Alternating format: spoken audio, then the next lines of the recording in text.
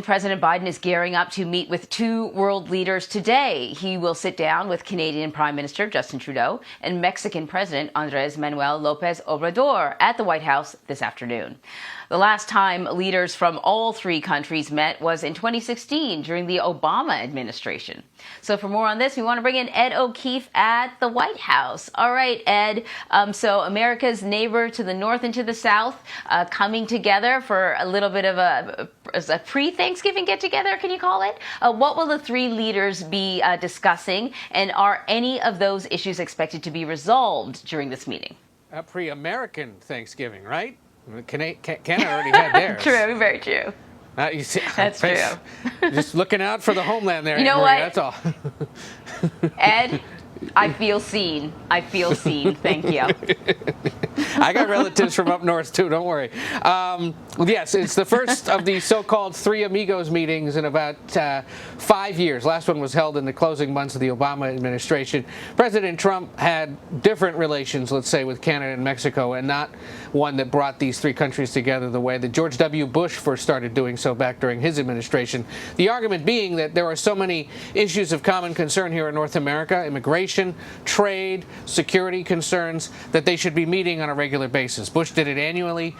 President Obama did it every few years. It's not normally held here at the White House, so that's a first as well. We are expecting today to focus a bit on trade, on immigration, but not border security. It was interesting. White House aides yesterday made clear that they don't expect a lot of conversation about border security, but definitely about regional work on immigration, the root causes of it, why it is that the rest of the Western Hemisphere seems eager, or people from the rest of the Western Hemisphere are trying to get to either Mexico, the United States, or Canada.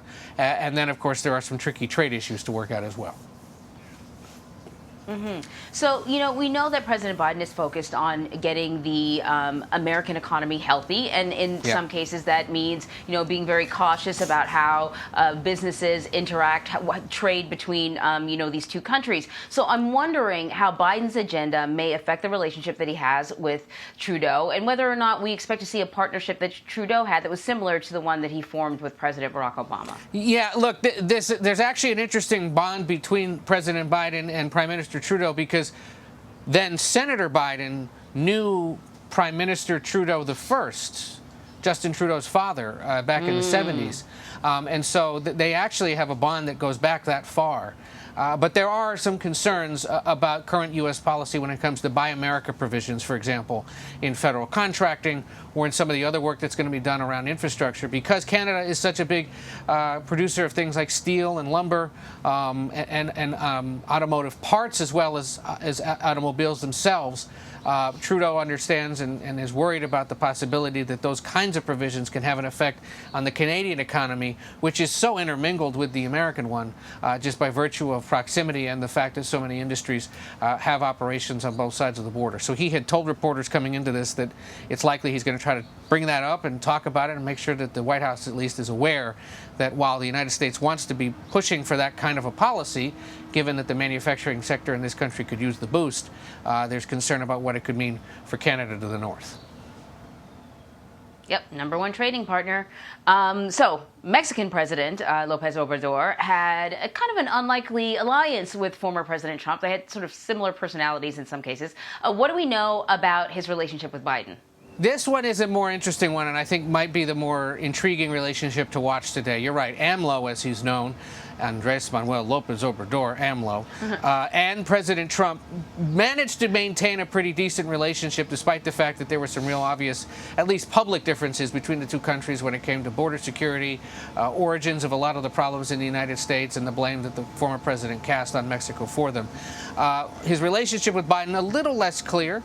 He has not been necessarily, AMLO has not been necessarily as welcoming or as open to the Biden relationship as you might think.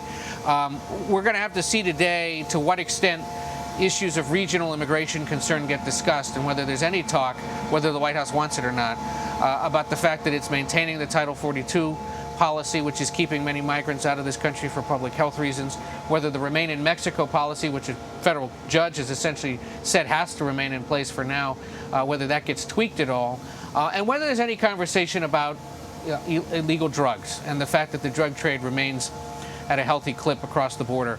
Remember, yesterday there was word that 100,000 Americans died last year of drug overdoses. A lot of those drugs are coming across the border illegally, and so there could be some conversation. Critics would argue there should be conversation about that today. Let's see if that comes up as well. Beyond that, there are the same sort of economic and trade concerns and some other issues that they'll likely get into in that regard. All right. Ed O'Keefe, thank you very much. Take care.